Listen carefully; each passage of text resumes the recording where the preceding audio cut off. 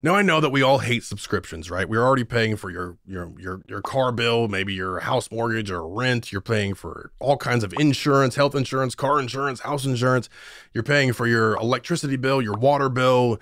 You're paying for your internet, your cell phone bill. You're paying for your Amazon Primes and your Paramount Pluses and your Hulu's this and your Netflix that and tons of other subscriptions that you already have. And the idea of having to subscribe to a DAW or plugins, it's like at some point it's just too much, right?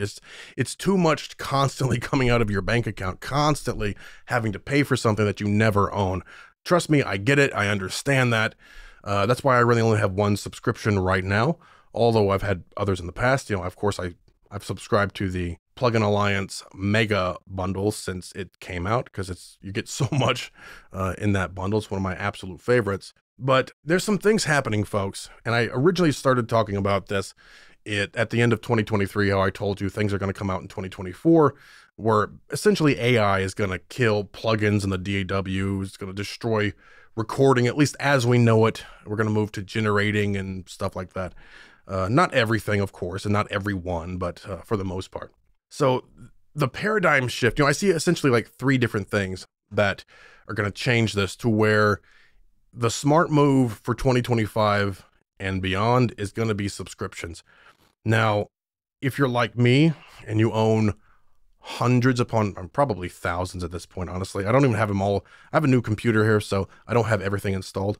But if you have thousands of different plugins, you have all these giant plugin suites, like all of your completes and all of your plugin alliances. Man, it's a long list. It's a long list. You have Waves, Mercury, I've got a couple different licenses for Waves, Mercury. So the point is I own tons of plugins. So trust me, I understand this, folks. The way that most subscriptions have gone so far, it's still scrolling. There we go. We finally stopped. The way most subscriptions have gone so far haven't made sense for a lot of us because, as I mentioned, we already own hundreds upon hundreds of plugins. What does a subscription get us? I mean, like the Waves subscription, it gets me nothing except maybe their new Studioverse thing where I can use presets from other people or something like that. I don't see the point of it for me. But as I said, I think the paradigm is about to shift, and there's like 3 or 4 different things all revolving around AI that could possibly change this very, very soon. So the 3 or 4 things that I see coming, number one, again, it's AI, and all of these really have something to do with AI, but number one is AI. AI is going to start being implemented directly into your DAW or what I call the DAIW. So a lot of the plugins that we already own are going to essentially be rendered useless because it's just going to be a part of your DAW now. All these different EQs and things that you have, it's just going to be integrated into your DAW, your DAIW, where you can just type in, hey, I need this guitar to sound good. And it will immediately say, okay, here's 15 versions of a good guitar sound using EQ and maybe some compression or something. Choose the one that you like, and it's just going to do it for you. So all your purchased plugins, you're literally, for me, at least tens of thousands of dollars in plugins are going to be rendered useless by AI just being being able to do what it used to take tens of thousands of dollars of plugins to be able to do. All those tool sets will be built in to probably into your DAW, maybe into some multi-use plugin, but probably directly into your DAW as some sort of a function that is connected to the cloud. So that's one way because again, folks, the paradigm we used to work on is you purchase a plugin and that plugin is going to be good and you're going to be able to use it for 5-10 years, right? But technology is moving so fast now that paradigm is going to switch, it's going to change, and we're going to move to something that's much faster where things are getting updated, if not daily, at least every couple of days, things will be updated. And it's not going to be feasible for any company to be able to put out perpetual things anymore. It will have to be subscription based. So when everything moves over to being subscription based because of AI, you're going to be left holding the bag with your tens of thousands of dollars of plugins that you own, which now are not going to be compatible. And this moves me into my second sort of worry of what I see coming, because we've gone through this before, right? And the second thing is a format change to plugins. So if you used Pro Tools for many, many years, and you were around in the RTAS days and the TDM days, then you know the absolute huge pain that it was when they went over to AAX. And all of a sudden, all these plugins that you had amassed that, and folks, back for those of you who are new, you're like, what's the big deal? So you'll lose a couple of $29 plugins. No, folks. No. No. 10 years ago, plugins were like $500 each, you know. Mercury was a legit $6,000. You know, it's not like today where you can end up getting it for maybe around 600 total if you do your upgrades properly. Actually, I think it's around 400 if you do your upgrades properly. No, dude, back in the day, if you wanted to buy, say, the 11 plugin, $600 for one guitar plugin. Whenever they switched over from the RTAS format and the TDM to the AAX, a lot of plugins that we owned just turned into digital dust.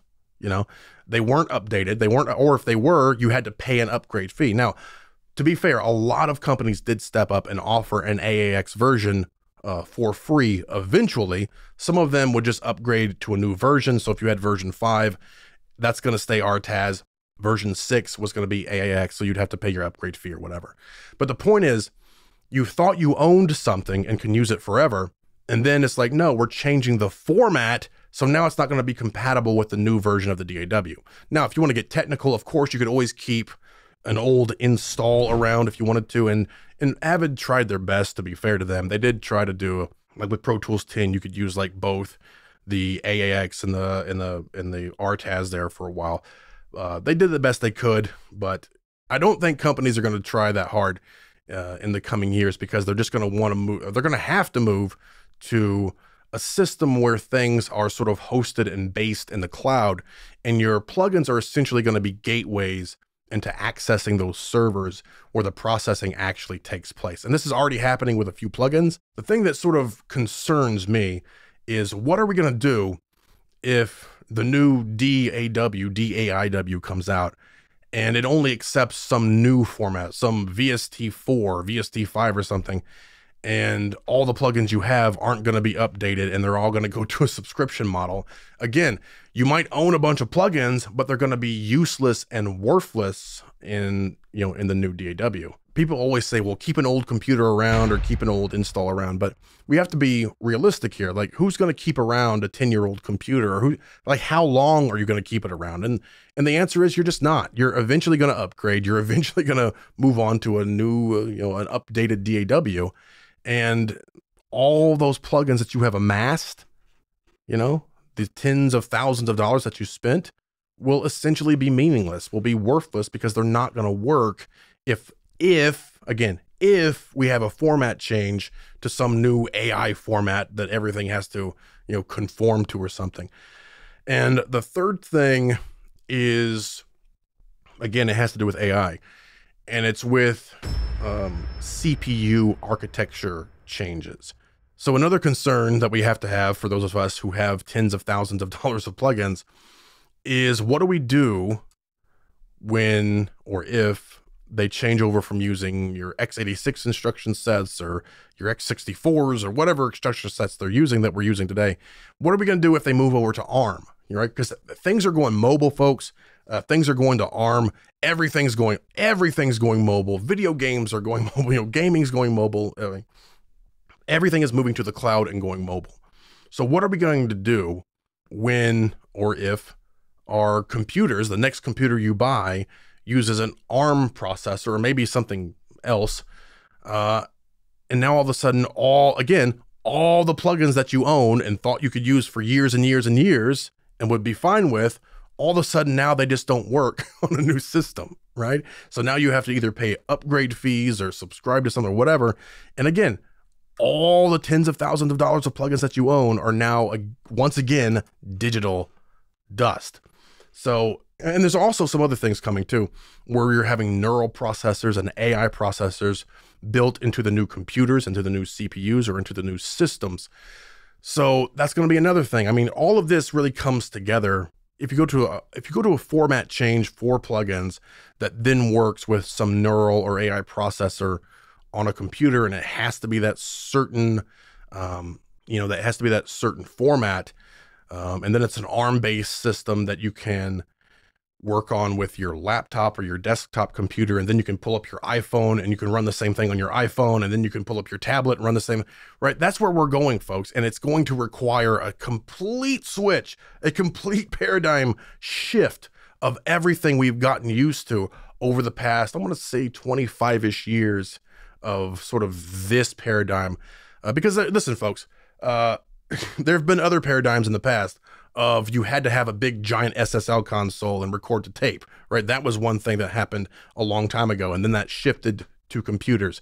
Well, things are going to shift again, in my opinion, from maybe your computer running locally on your computer to running in the cloud, to where your DAW and your plugins are now going to be accessible on every device that you use. So that sounds cool. It sounds exciting or whatever. It sounds neat, right? But again, it leaves those of us who have tens of thousands of dollars in plugins sort of holding the bag a little bit, doesn't it, folks? So that's why I say that subscriptions are going to be the smart move for 2025 and beyond. And if you are just getting into music, I would highly suggest you check out the subscription route, because if you start to amass, and this is not smart for me to say as somebody who is an affiliate to several different plugin manufacturers, where I leave my affiliate links in every video. Hey, go buy this, go buy that. It's not smart or advantageous for me to say any of this, but this channel has never been about me hawking products to anyone. It's always been about telling the truth as I see it. So again, not smart for me to say, but it's absolutely what I see coming. If you're just getting into music, I would look the subscription route. Spend $20 on we just did a video on Studio One Plus. Absolutely amazing to have that, or Studio One Plus Hybrid, even more specifically. $179 a year, or you could do the month to month if you wanted to.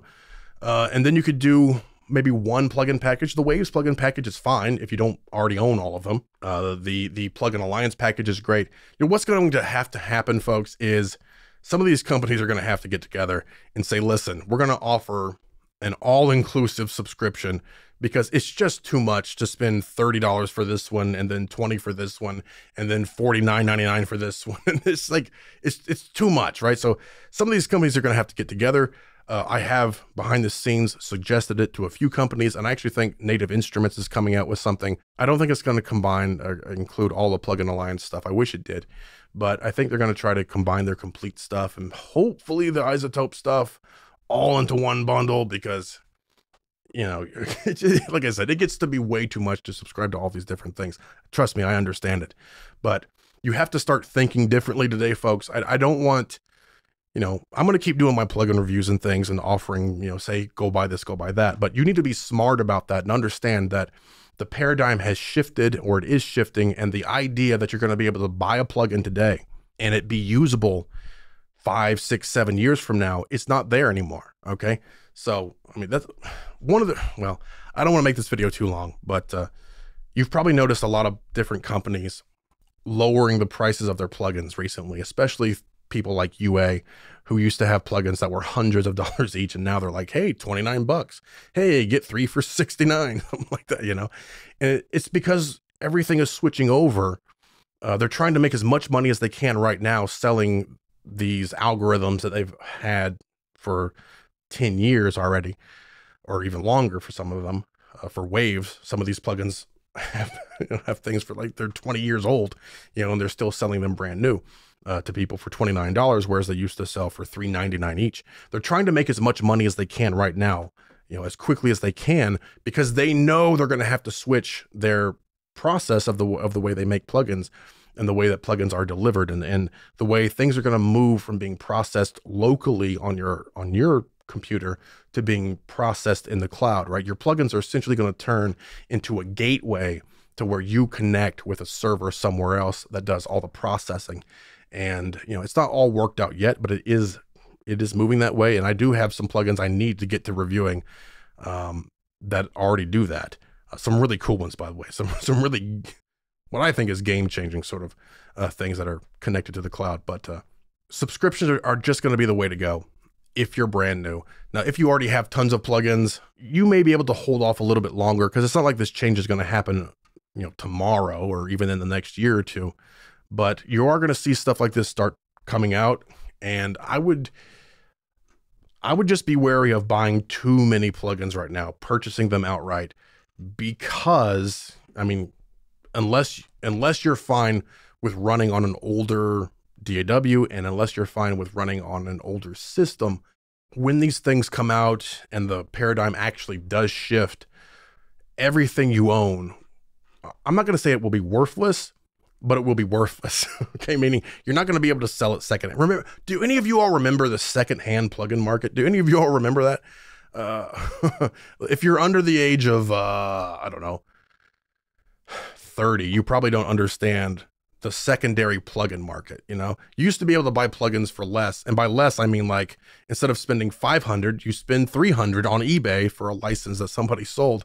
Whereas now that same plugin is $29 all the time on Waves or wherever you happen to go. So the secondary plugin market is pretty much gone. You can't make any money. There's no investment. Like as I said, we used to treat plugins and stuff like that as an investment because you could always sell them. If something happened, you needed some quick money, hey, I can sell some of my plugins that I own. I can sell the licenses. I can get some money and do whatever I need to do with it. But today, folks, there's no value. I couldn't sell any of these. Again, I have literally tens of thousands of dollars of plugins that are worthless to anyone else. I can't sell you any of these. It's going to cost me more to pay for the license transfer fee than the thing is worth, So that's gone. And that's what I'm talking about, folks. When the paradigm shifts, those of us who have already amassed all these plugins, our plugins will be made more worthless than they already are. And that's what's going to make subscriptions the smarter way to go. So that way you're not, you're not in so much credit card debt or whatever, to buy all of these giant packages. Instead, you're just subscribing for $20 a month, $30 a month, whatever it is, for whatever different packages that you subscribe to. And you can use them when you want. You can stop when you want, and it's going to save you so much money if you just do it that way. So that's sort of like the three main reasons of why I think subscriptions are going to be the smart way to go in 2025 and beyond. And again, it's all about AI completely switching up that paradigm. So what do you guys think? Do you think, I know we don't really like subscriptions, but overall, what do you think is going to happen when that paradigm does shift? Are you going to be happy owning tons of plugins? Will you keep your old system around? Or, do you think subscriptions are really the way to go in the future? I absolutely do. Because I don't see this going well for those of us who already own tens of thousands of dollars of plugins. I don't see this ending well for us here. And eventually we're going to have to, we already own these plugins. We're going to have to subscribe to use the new formats and the new versions, even though we already own and paid for the old versions. So, anyway, that's why I really think that subscriptions are going to be the smart way to go, and why owning all the plugins and owning your DAW is sort of, not the smart move, especially if you're brand new, in 2025 and beyond. They say I need monthly software as a service, just to write a song's become a gnaw in the circus. Updates and upgrades on imaginary strings, paying forever for some digital things. Oh, I hate those software subscriptions, selling dreams but we're losing our convictions. Out here where the land meets the sky, I miss the days when a buy was a buy.